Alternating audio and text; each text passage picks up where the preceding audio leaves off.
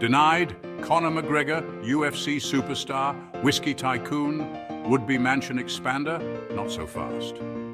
The dream of expanding his lavish estate hit a major roadblock. Turns out, even the notorious has to play by the rules, at least when it comes to planning permission in County Kildare. The local authorities were not easily swayed by fame or fortune. I had a grand vision for my humble abode. Bigger, bolder, with all the bells and whistles a multi-millionaire athlete could desire.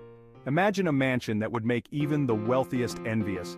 Think indoor swimming pool that transforms into a fighting octagon, a place where luxury meets the raw intensity of MMA. The local council, however, had other ideas.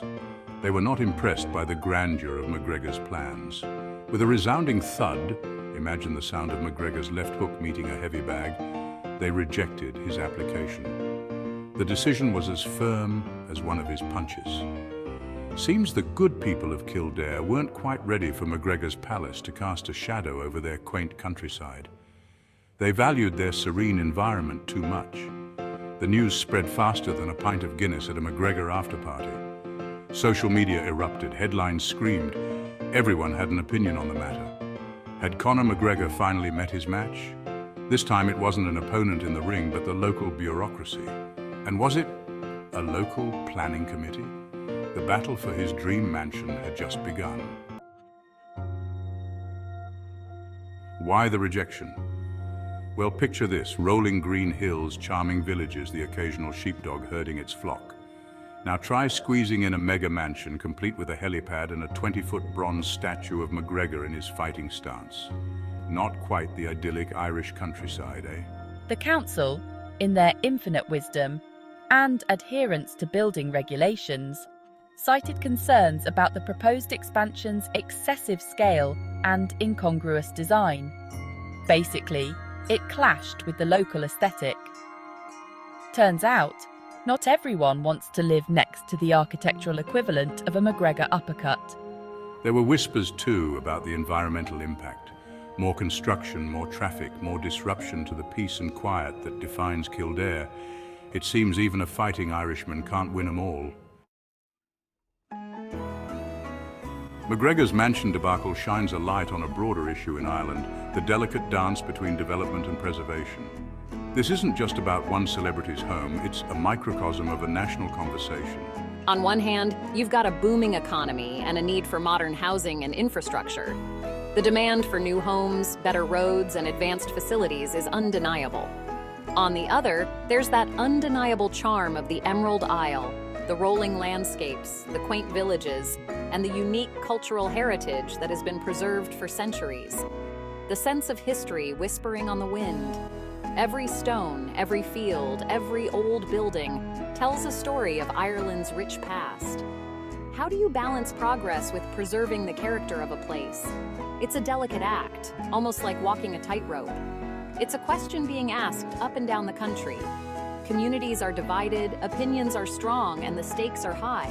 From Galway to Dublin, there are battles over high-rises blocking the view, changing the skyline that has been familiar for generations, new developments encroaching on historical sites, and the constant push and pull between the old and the new. And the ever-present fear that Ireland might lose a bit of its soul in the rush to modernize. The essence of what makes Ireland unique could be at risk. The message from Kildare seems clear. Bigger isn't always better. Sometimes the beauty lies in the simplicity and the history. Sometimes it's best to work with what you've got, respect the surroundings, and cherish the heritage that has been handed down through generations. And maybe hold back on the 20-foot bronze statues. After all, progress doesn't have to mean losing one's identity. Section 4. Not just Conor. Other property headaches for the rich and famous. The world of the rich and famous is not all glitz and glamour. It comes with its own set of unique challenges, especially when it comes to property. McGregor isn't the first celebrity to run afoul of Irish planning laws, mind you. Many celebrities have found themselves entangled in legal battles over their ambitious property projects. Remember Bono's infamous attempts to build a recording studio that resembled a giant spaceship landing on Killiney Hill? It was a project that sparked much debate and controversy. Or the time Colin Farrell wanted to install a shark tank in his Dalkey mansion, only to be told it might disturb the local seal population. These stories highlight the often unexpected hurdles celebrities face.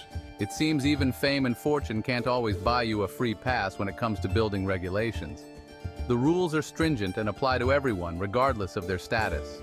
There's a certain egalitarianism to it, really. It's a reminder that no one is above the law, a sense that in Ireland, at least, the rules apply to everyone, whether you're a UFC champion or just a lad trying to add an extension to your bungalow. This universal application of rules ensures fairness and equality in the community. Section 5. What's next for Conor's crib? So, what now for McGregor's mansion dreams? Will he go back to the drawing board, scale back his ambitions, and try to win over the council with a more modest proposal? Or will he dig in his heels, lawyer up, and engage in a planning battle for the ages? Only time will tell. One thing's for sure, this isn't the last we've heard of Conor McGregor and his quest for the ultimate Irish mansion. Stay tuned, folks. This could get interesting.